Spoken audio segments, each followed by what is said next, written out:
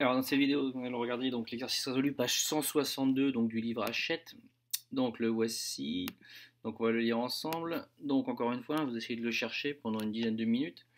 Ensuite, une fois que vous avez bien bloqué et que vous avez bien fait tout ce que vous pouvez, vous regardez les conseils et donc éventuellement vous recontinuez, vous remodifiez, puis vous regardez donc la solution rédigée.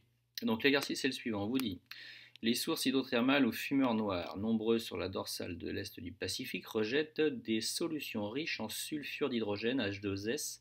On vous donne donc la formule de Lewis, HS, H. On vous dit deux questions très simples: établir la géométrie de la molécule, et petit 2, la molécule de sulfure d'hydrogène est-elle polaire? Alors, comment résoudre ce problème? Et donc, l'exercice est le suivant. Donc, on vous dit ici, au premier conseil, comment procéder pour établir la géométrie d'une molécule. Donc, on vous dit utiliser le nombre de doublés entourant l'atome central et rechercher la disposition spatiale de ces doublés qui minimise la répulsion. On a déjà vu précédemment, donc il fallait bien minimiser la répulsion des doublés. Donc, c'est-à-dire ici, regardez bien le soufre. Le soufre ici, il respecte la règle de l'octet, donc il a bien 1, 2, 3, 4 doublés autour de lui. 4 doublés, on a vu que la meilleure répartition spatiale, c'était que le soufre ici soit au centre d'un tétraède et que chacune des diagonales de ce tétraède soit considérée, donc soit attribuée à un des doublés. Donc vous avez deux doublés qui vont donner ici, donc ce qu'ils appellent ici les doublés non liants, et vous avez les deux doublés liants qui sont ici, donc selon les deux autres diagonales du tétraèdre. Donc qu'est-ce qu'on voit?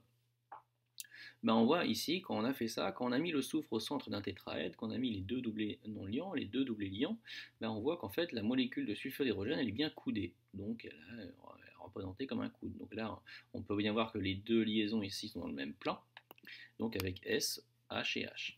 Ensuite, on vous dit la molécule de sulfure d'hydrogène est-elle polaire? Donc pour ça, la méthode, c'est de regarder donc l'électronégativité, de voir s'il y a des liaisons polarisées. S'il y a des liaisons polarisées, c'est de tracer donc les moments dipolaires. Et ensuite, une fois que vous avez tracé les moments dipolaires, c'est voir, pour chaque liaison, c'est de voir si la somme de tous les moments dipolaires de la molécule est nulle ou non nulle. Alors, on y va. Donc, on vous dit à l'aide du document 9, comparer donc l'électronégativité de l'hydrogène et du soufre, puis en déduire le caractère polaire ou non de la liaison, et ensuite faire géométriquement la somme vectorielle des moments dipolaires. Donc ça, c'est ce que je viens de dire. Donc je vais vous montrer ici maintenant donc le fameux page 156 du livre. Donc là, vous regardez ce schéma-là, et qu'est-ce qu'on vous montre ici? On vous dit, si vous regardez H, si vous regardez le soufre, on voit bien que le soufre ici, vu que c'est relatif électronégativité, le soufre est plus haut que l'hydrogène, ça veut dire qu'en gros, le soufre est plus électronégatif. Donc s'il est plus électronégatif, ça veut dire qu'il attire le plus à lui les électrons du doublet. Je repars maintenant donc, sur mon exercice et je vais essayer d'exploiter ça. Donc, on vous dit ici, le document 9 montre que la soufre est plus électronégatif, donc que la liaison elle est polarisée. Donc elle est polarisée, donc chaque atome d'hydrogène porte une charge plus Q.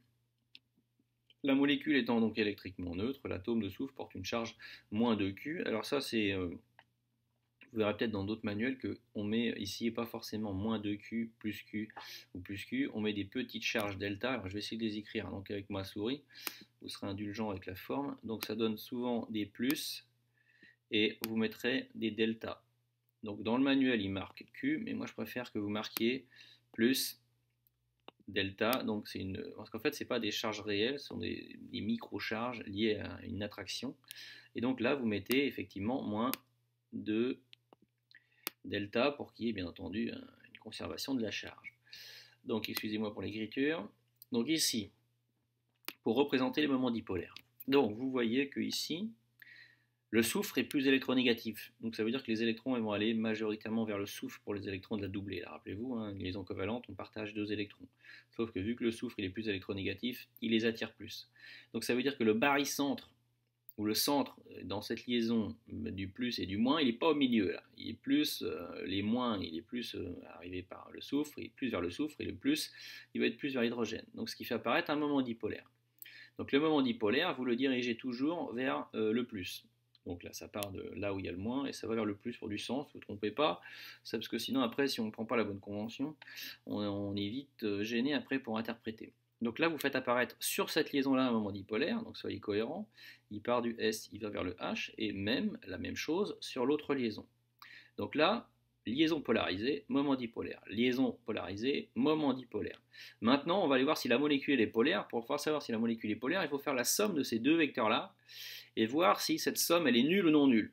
Si la somme est nulle, molécule apolaire. Si la somme est non nulle, molécule polaire. Donc on fait la somme géométrique, hein, comme vous savez le faire en maths. Ça veut dire que je pars d'ici, j'arrive ici, et dans ce cas-là je translate ce vecteur ici. Je vois bien que j'arrive ici. Donc en étant parti d'ici, j'arrive ici. Donc je suis parvenu au même point. Donc ça veut dire que la somme vectorielle des moments dipolaires de chacune des liaisons, là, il est non nul. Donc s'il est non nul, il y a un moment dipolaire donc global pour la molécule. La molécule est donc polaire. Voilà les explications pour cet exercice.